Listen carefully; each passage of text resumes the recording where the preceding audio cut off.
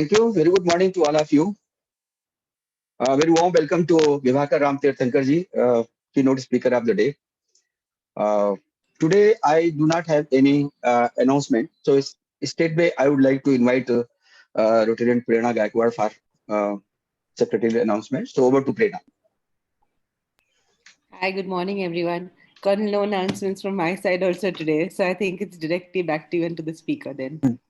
Okay, no, between there is one, I would like to invite Murtaza Cherawala to formally introduce and welcome keynote speaker, Rotarian Vibhakar Ramtirthkar. So over to Murtaza Cherawala. Yes, thank you, Colonel Mishra ji. Good morning, friends. So I take pleasure to invite Rotarian Colonel Vibhakar Ramtirthkar. He is a personality analyzer and developer.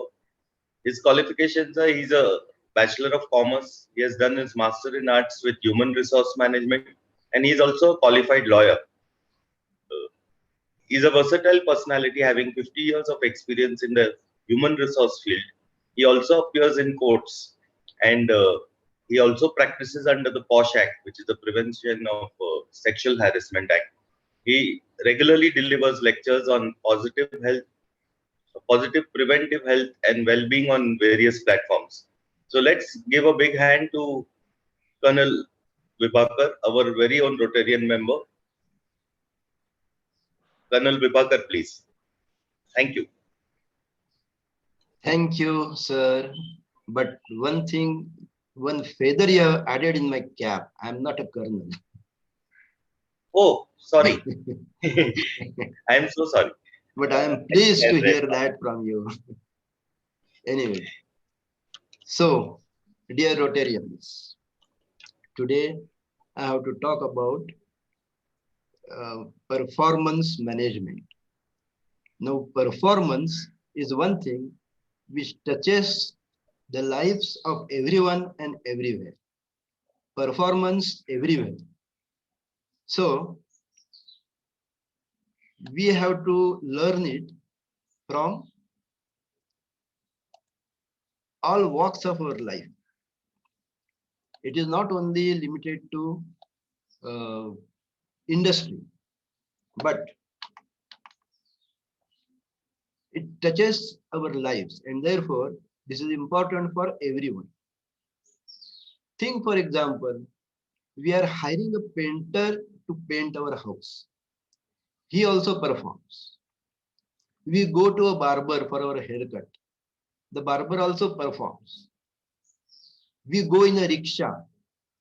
The rickshaw driver also performs. Everywhere there is performance. And what I feel is, if we all understand what is performance, how to improve our performance, then India will be known. It will exceed all other states in the world. Performance is the only thing. We see some examples in the world. Because of their performance, those tiny nations have come to the forefront in the world. Now, if you can see this equation, 1 plus 2 plus 3 plus 4, the answer you will say is very simple, 10, isn't it? But listen to what I say further.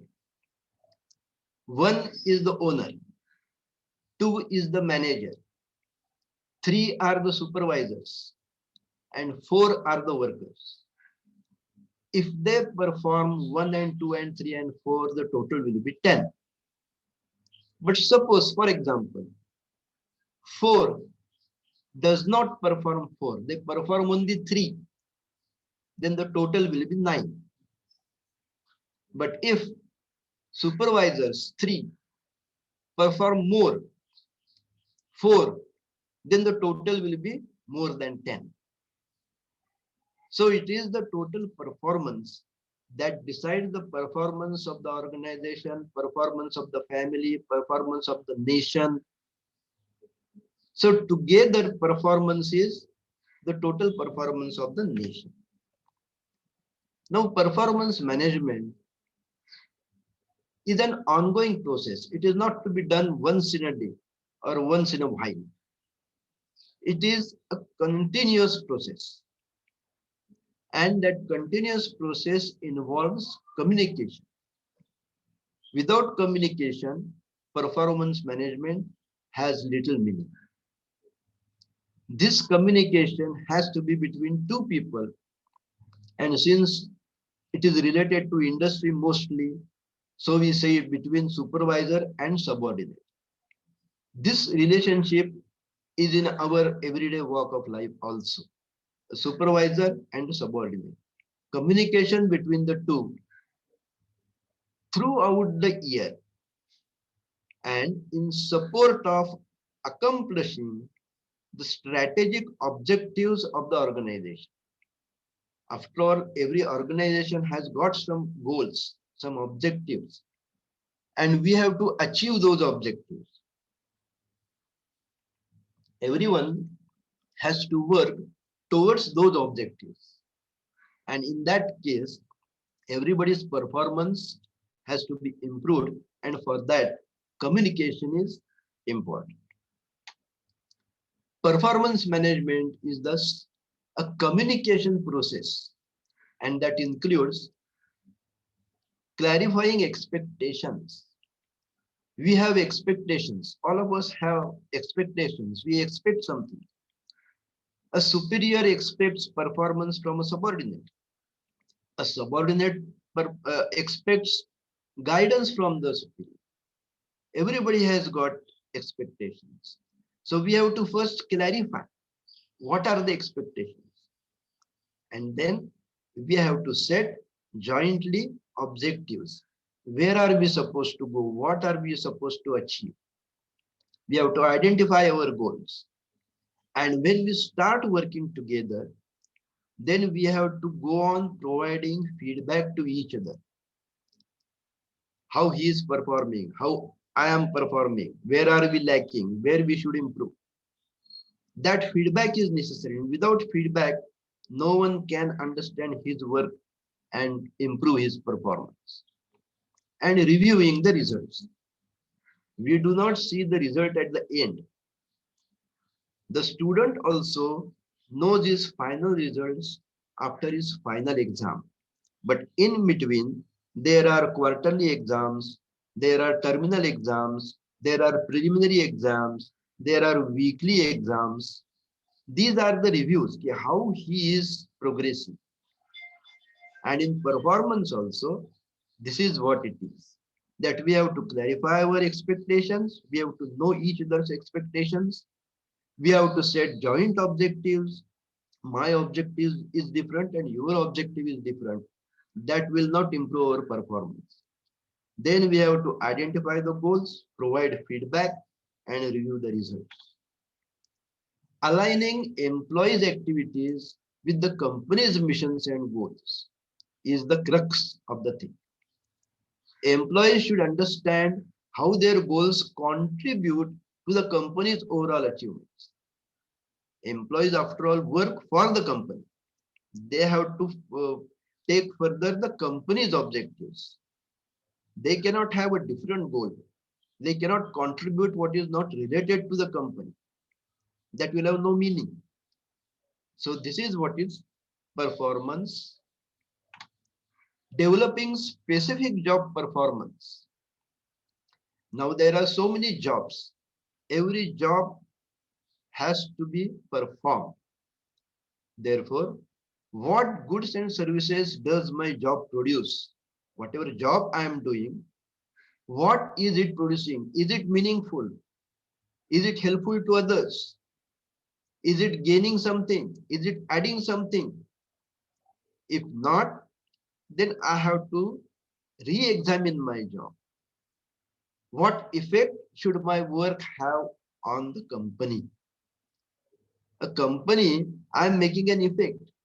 Every bolt in the machine is making an effect on the machine. No one is unimportant. So my work also is affecting the company's work, maybe to a little extent, but it is affecting. How should I interact with my clients, colleagues, and supervisors? They are all around. They are also human beings.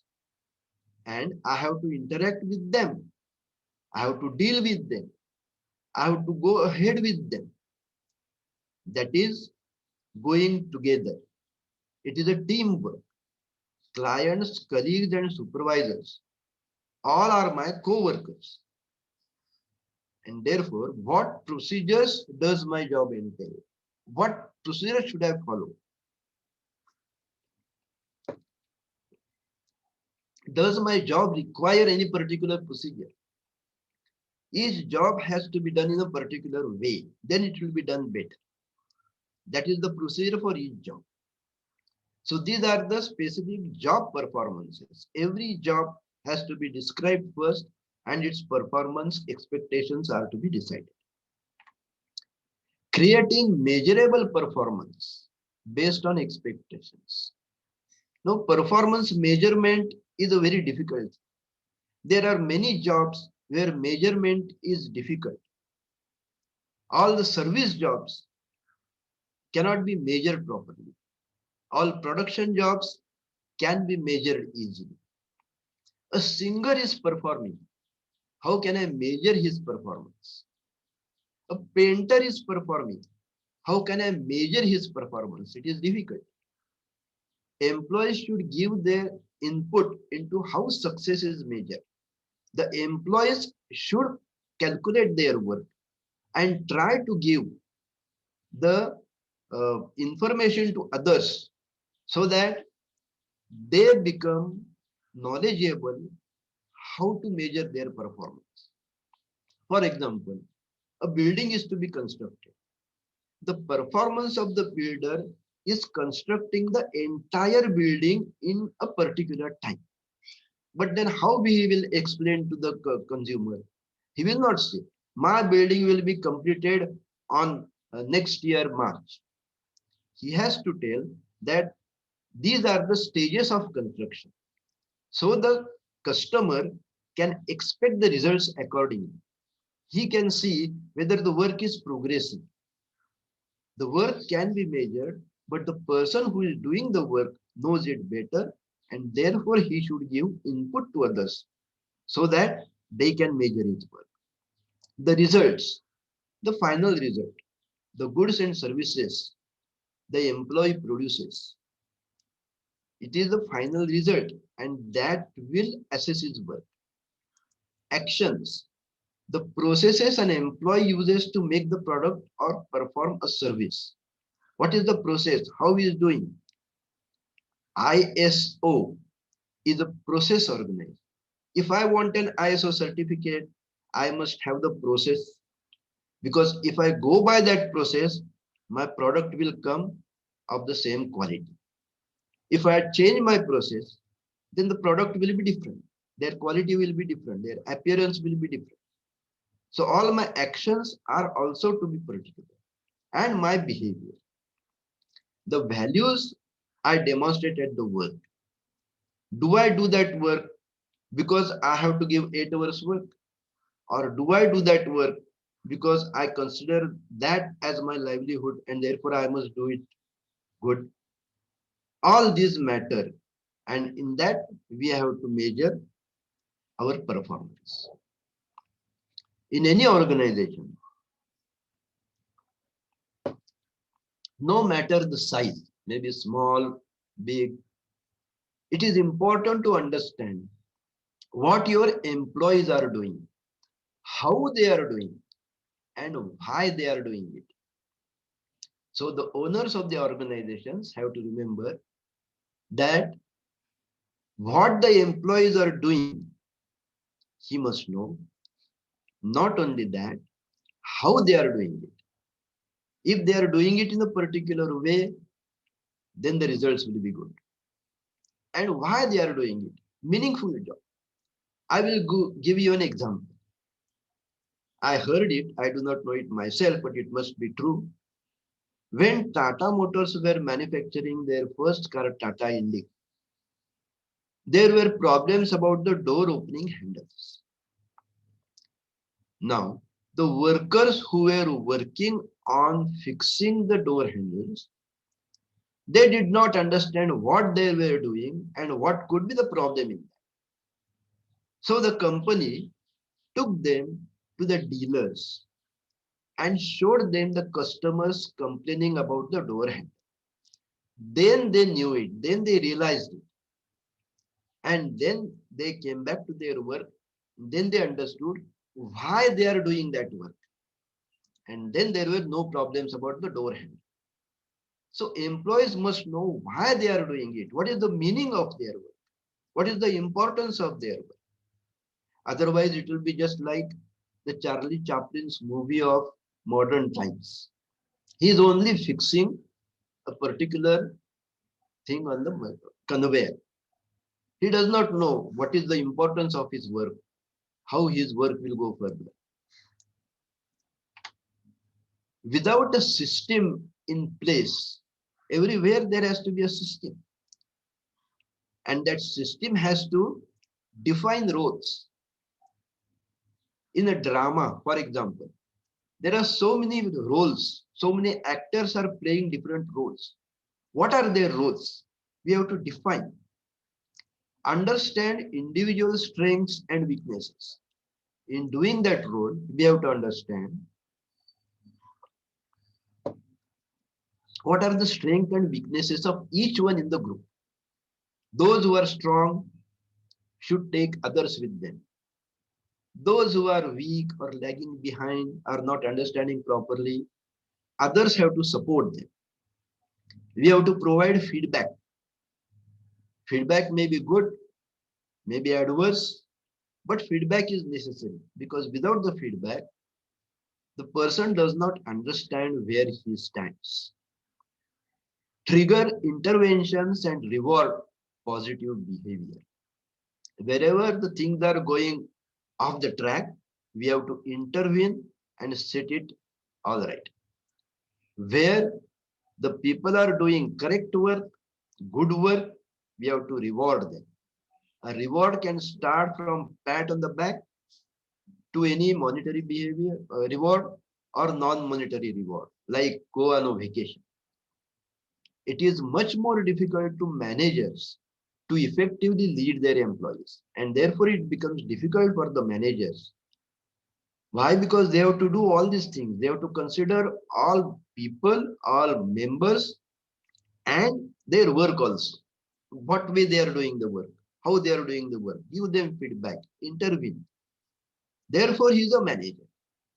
Not anybody can become a good manager. A good manager does all these things, and then only the performance of his group becomes better.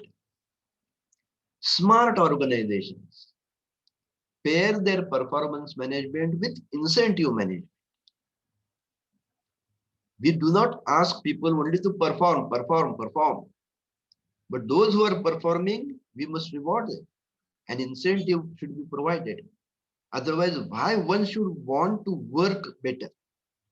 Unless there is some incentive for it. The two systems, that is of performance and incentive, have a lot in common. They define goals, they set goals, they review, they reward, and they run almost simultaneously. Performance and incentives go hand in hand.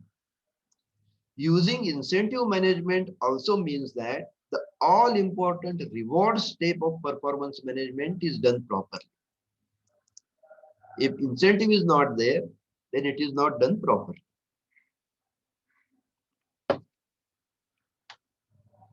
Issues that performance management effectively targets. One is keeping the employees engaged. If you are having performance management system, all employees are attentive, they keep themselves engaged in the work. Now this performance management, what periodicity we should follow? Monthly, quarterly, 6 monthly, annually? Answers are different. You remember the initial equation, 1 plus 2 plus 3 plus 4. The one owner, his performance cannot be measured every day. It is annually. The managers, they are doing important work, and therefore their performance can be assessed 6 months. The supervisors, they are doing some production work, supervising the workers. So there can be quarterly. And the downgrade workers, monthly. Monthly. Every month there should be a performance measurement. So next month we can improve. Absenteeism, turnover will be reduced if we have performance management. Absenteeism is all absenteeism, paid or unpaid, sick or other thing. Turnover is not company's turnover. Turnover is employees leaving and joining. Our employees leave, they resign, they retire, they transfer, they die, whatever it is. Once an employee goes out, and when we recruit anyone, the total of these two to the total number of employees is the labor turnover. That gets reduced. And then there is continuity. If every now and then people remain changing, then the results are not good. So also safety, quality, productivity, profitability increases if we have a good performance management system.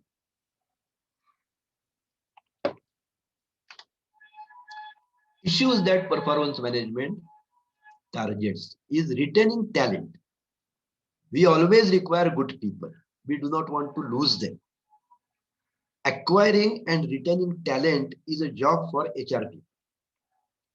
Frequent appraisals result in employees likely to stay because then he is not surprised by annual performance appraisals. He knows on the way throughout the year how his performance is being measured, how he is being appraised, and then he knows and confidently he can go ahead. Their development, success, reward makes them work harder. Everybody has come to work, no doubt about it. But then when they will work hard, when they will work smart, when they know their performance is measured and they are assessed and they are given feedback. Developing leaders from within, that is a hidden agenda of performance management. We have to develop leaders. Leaders now may be transferred, may go further. So everybody has to go ahead. I know one company where the policy is that the recruitment is only at the worker level. Why? Because if any person leaves, then from his juniors, a person is selected and he is promoted. If he says, I do not want promotion, then he has to go out. Either you progress or you go out. We do not want stagnant employees. That was the policy of that company. I want to say that everywhere we have to develop leaders. Recruitment costs and training costs are more. It takes time. If you have to recruit, then now there are this recruitment agencies. But even then, we have to call people for interviews, then we have to give them some test, and then we have to give them appointment letter, then they take time to resign from their company. All takes time. Then also, a person whom we select for a particular job, no one is 100% suitable. We have to train them to suit our job.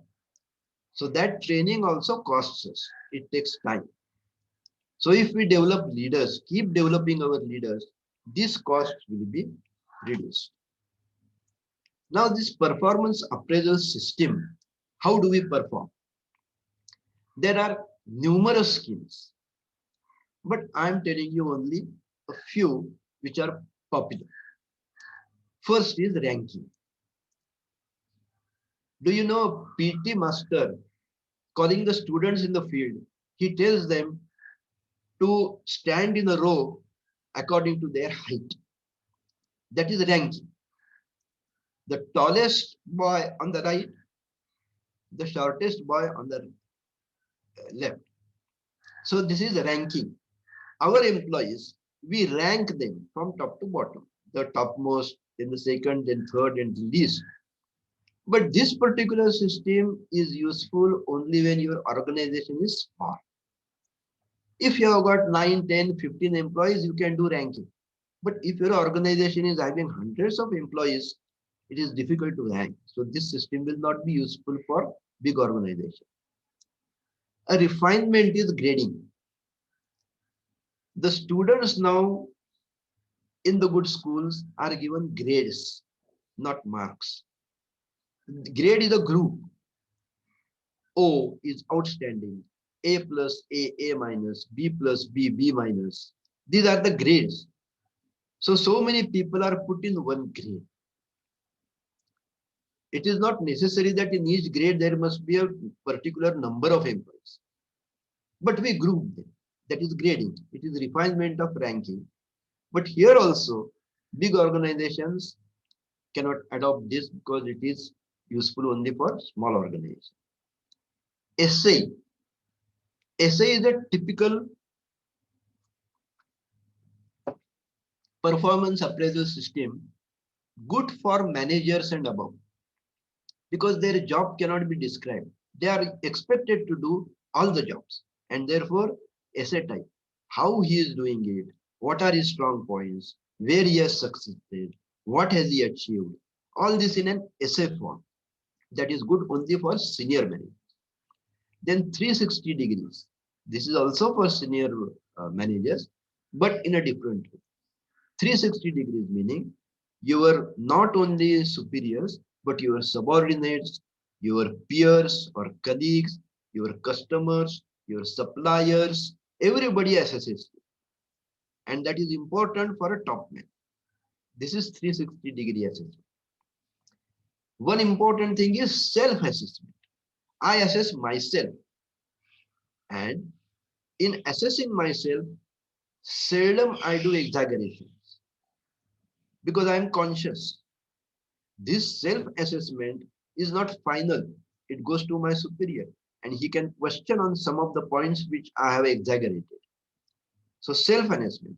Why it is important is some hidden this thing, what is not seen by others can be depicted there. MBO is a very typical performance appraisal system. It's management by objectives. There is a process. All people come together and they decide a SWOT analysis, and from that SWOT analysis they fix the objectives, and then we try to achieve those objectives. That is management by objectives. And one more is merit rating. What is merit? We all understand generally what is merit, and we rate that. This is done haphazard.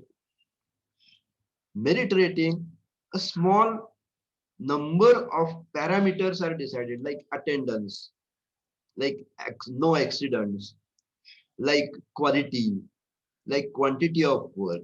And on these limited 5-6 merit points, we rate them.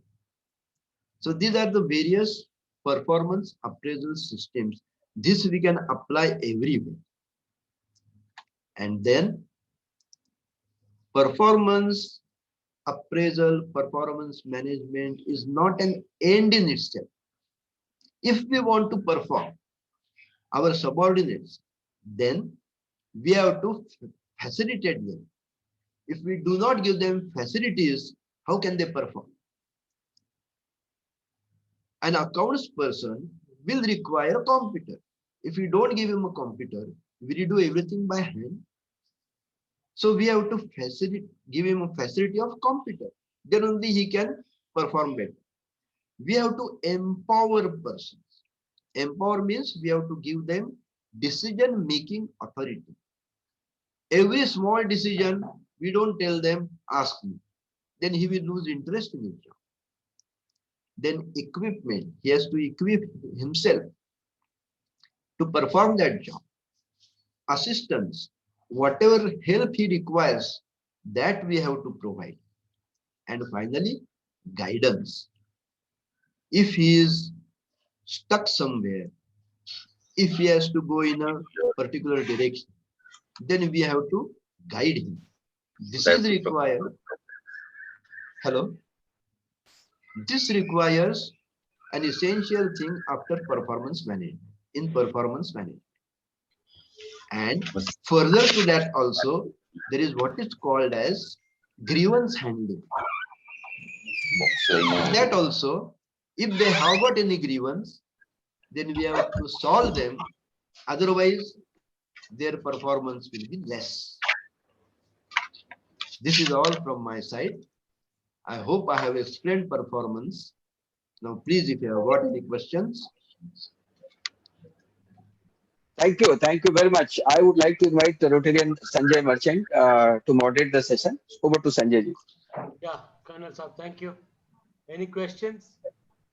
You can unmute yourself and ask if anybody has questions. Yeah, Murtaza. Yes, sir. So I have a question for Mr. Vibhakar. Yes, Is what is normally your role as an expert? Suppose as an organization, I'm not satisfied with my performance management measurement system that I have put in. So what would be your role as an expert? my role will be as an expert. I will first ask you to jot down the jobs in your organization and describe them. That you only know better. So you will have, say, 50 jobs. Each job you will describe. And then I will tell you how to measure the performance of the worker on that job. Whether he is doing those all work. I will give an example. I am employing a car driver. Now, car driving is a job. Now, what all I expect from him? I will say he must know the driving first. That must be a smooth driving. Then when any guest is there, he should courteously open the door. Then he should not suddenly brake. He should clean the car. He should maintain the car. This is his job description. How I am able to judge his performance? Is he keeping the car clean? Is he courteously opening the door for the guest? Is he driving properly? If yes, then yes. Some drivers are good because we observe that they are doing their driving job very good. So I give them some reward. Thank you, sir. Any other questions? Anuradha? I have a question, Vikram? if I may. Yeah, Yes, Vikram. please. Good morning. We have a performance measurement system in our company, and we use that to give them objective monthly achievable tasks. But we have a binary method of computation. For example, we don't compute whether it is done 60% or 70%. We give a goal, and we only compute whether the goal is achieved or not. It's either a 0 or a 1. There is no percentage in between. So this system has been criticized by some people as saying that this is, too objective and it is too difficult, and there should be some allowance of gray area and things like that. Whereas we believe that results and performance measurement should not have any gray area. The goals and objectives should be clearly defined. The measurables should be clearly defined. And if the deliverable is delivered, it's a yes, and if it's not, it's a no. There's no in between. What's your opinion on that? Sir, I would like to give you an example of a student. A student studies. The teacher or the parents have given him an objective that you must gain 60% or more in your exam. Right? That is an objective. Now the student is studying. He is studying. He is doing everything. But at the end, he secures 55% marks. So what will you say to him? That you have failed. The student will feel that what when I have toiled so much to achieve 55% marks? Is it all down the drain? What about that? So So my you answer are to that, thinking from your side that is perfectly okay. Goals achieved or not achieved, yes or no, binary. But from the performance side, it is not that much. He will no, say, but I I don't. have worked. If I may just interject here. Please. The point is that if we are not measuring activity here. So this whole idea of कि मैंने इतना काम किया और मैंने इतना जोर लगाया फिर भी नहीं हुआ तो मैं क्या करूं is a very Indian idea. It's ingrained in our DNA here in India, and we see that in the industry, we see that everywhere where people want to be rewarded not on the basis of what they achieve, but on the basis of what they are supposed to have put in to try and achieve. So while I believe that attempts and failed attempts also should be rewarded. In fact, failure is not failure per se. It's simply another way of making that move from non-achievement to achievement. But the fact of the matter is that we have created an environment of people who think that if I try hard enough, whether I pass or fail doesn't matter. And that's the problem. And that's what we are trying to avoid here. Sir, I don't advocate you reward the people who are not coming to the mark.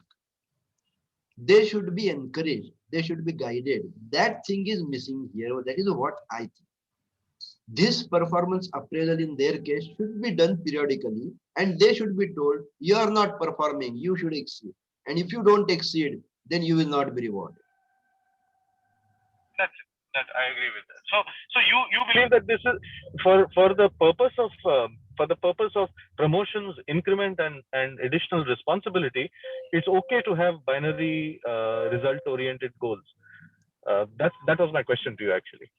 In promotions, etc. Yes, 1, 2, 3, 4, 5. These are the ingredients required for this higher job. How many do you have out of it? He cannot say, I have one, only half, I have two, only 3/4.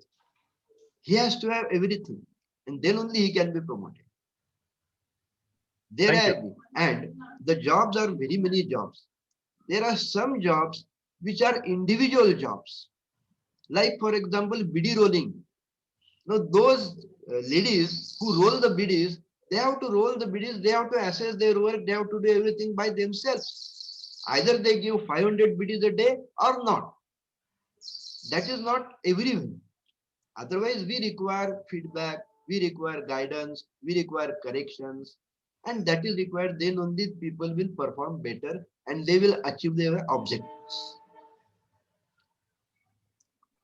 Thank you. Any more questions? I have one question. Yes. There is always, when we talked about expectations, the organization's expectations and the person's expectations. Yes. Now, many times happens is when you take in a person into a job, you explain to him what his job role is. But once he joins the organization, then his expectations change. And the organization says, this is what you are required to do. Now, who compromises? Is there a compromise required here? Should the organization lower its expectations just because the job is difficult? No, sir. Organization can never, should not lower its expectation. But when we are selecting a person, then I think the communication is lacking. He joins and is left on his own. That should not happen. Constantly, he should be monitored. What is his supervisor doing? His supervisor, his superior, should give him feedback, should constantly keep him telling that these are the objectives you have to achieve, these are the expectations from your post, and you must see that. Then only he will perform. Otherwise, he feels no one is asking me, why should I do it? And then the gap widens. There has to be a communication, there has to be a relation. That is what is called human relations. I understand that, and giving the person guidance and further training if necessary is part of getting him involved with the company's objectives. But what really sometimes, a lot of times it happens is the person is given guidance, he's there, still he does not come. I'm not talking about the binary scale which we were talking about, which just now.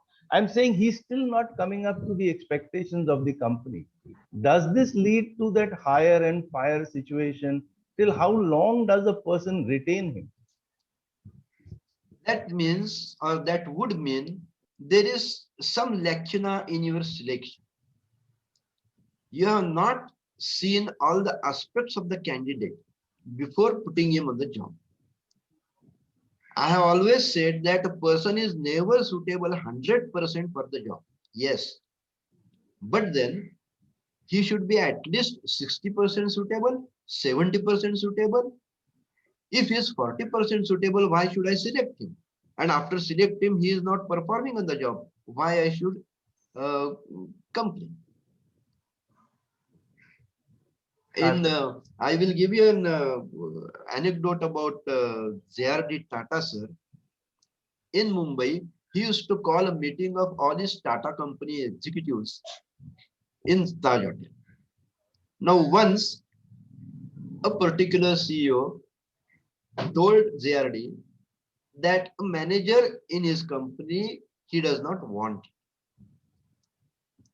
He wants to do away with it. So JRD Tata asked him, who selected him? Then he said, my team selected him. Were you there? Yes. Then at the time of selection, you found him best of the 10 candidates you had called for interview. If he was the best out of 10, why after so many years when he is with you, he developed negative?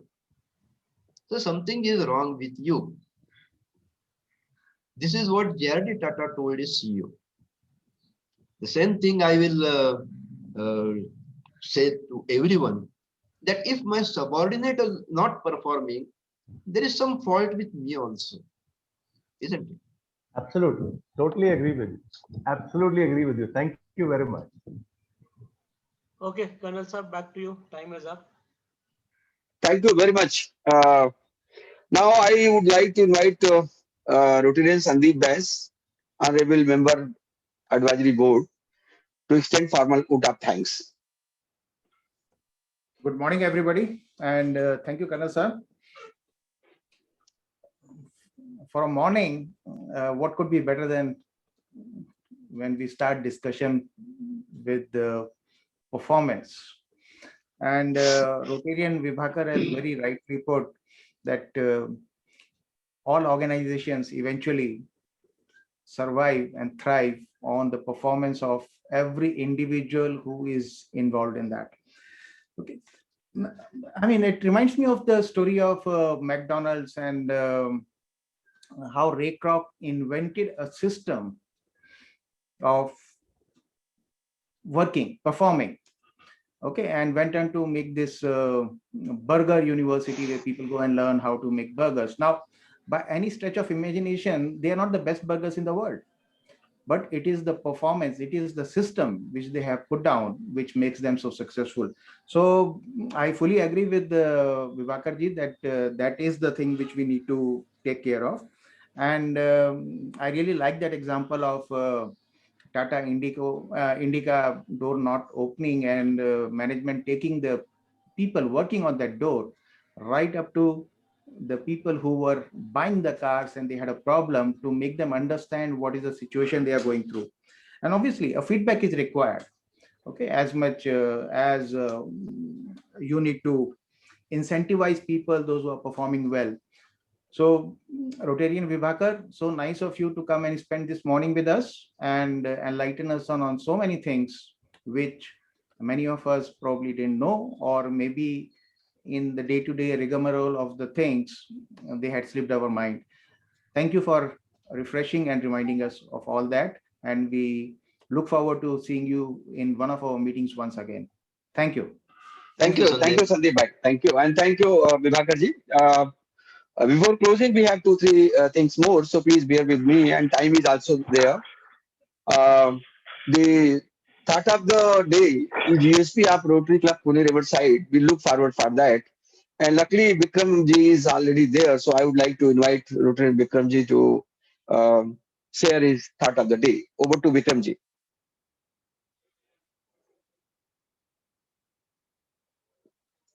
Vikram ji? I think I'm out of contact. Good morning. Yeah, please go ahead.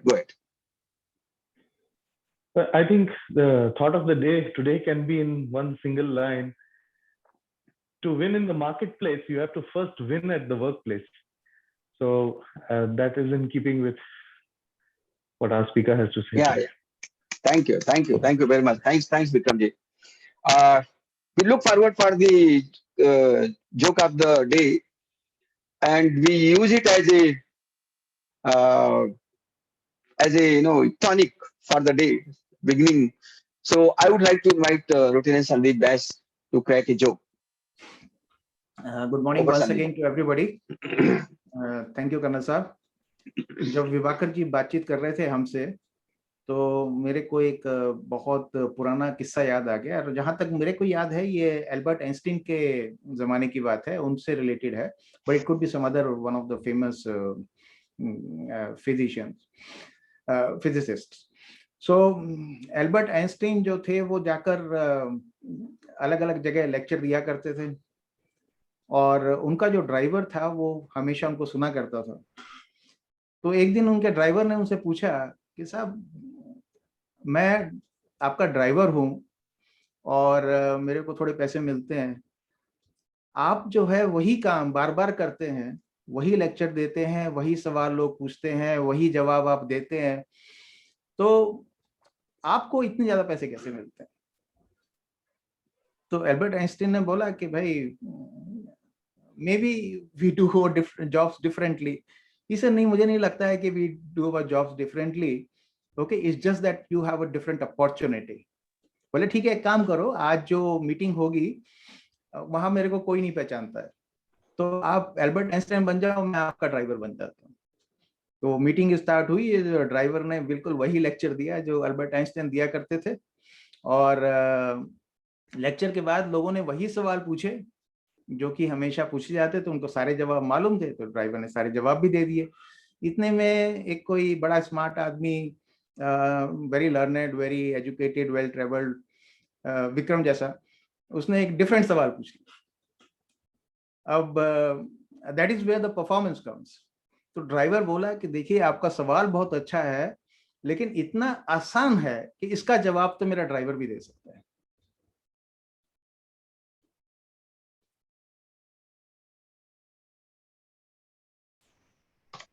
That's really great, Sandeep bhai. So before I go for closing and join the meeting, I would like to share with you next week, 21st April 2021, we have a very great speaker. He is Gautam Bambawale. He was ambassador to China, Bhutan, Pakistan, and he is going to talk on implications of Ladakh for India-China relations. So it's from source. So I will request you all to please join yourself in large number. You invite your friends, your family, your colleagues, and some known persons. We are looking forward this talk, this session, to have more participants. And second strain of corona in Pune is spreading very fast, and Maharashtra as well, and of course the whole country. So please stay safe, healthy, and happy. If it is important, vital, then only move from the house. And it's very saddening now. In first strain, we did not have our own members who were affected, but in second strain, few of the members, I will not name, but few of the members are down with COVID. That's very saddening. Though they are recovering fast and situation is under control, but I would like to earnestly request you all to please avoid going out if unless it is very important. Looking forward meeting and greeting you all on 21st April at 8:30 a.m. as usual. Meeting I would like to adjourn with extending my heartfelt thank and sincere thanks and gratitude to Vibhakar Ramtirthkar ji. As at beginning, Murtaza has said him Colonel. Let me tell you, his son is serving Colonel and he is in Valley. He is in Srinagar. And in one of the occasion, he had joined us when the Kargil day was there. So thank you, Vibhakar ji, for accepting our invitation and gracing the occasion as a keynote speaker. Looking forward, as Sandeep Bhai has said, in future some of the meetings are meeting and getting in person. I would like to adjourn the meeting now. Have I Thank you, permission? Colonel, for all the courtesies you extended to me, you and your club.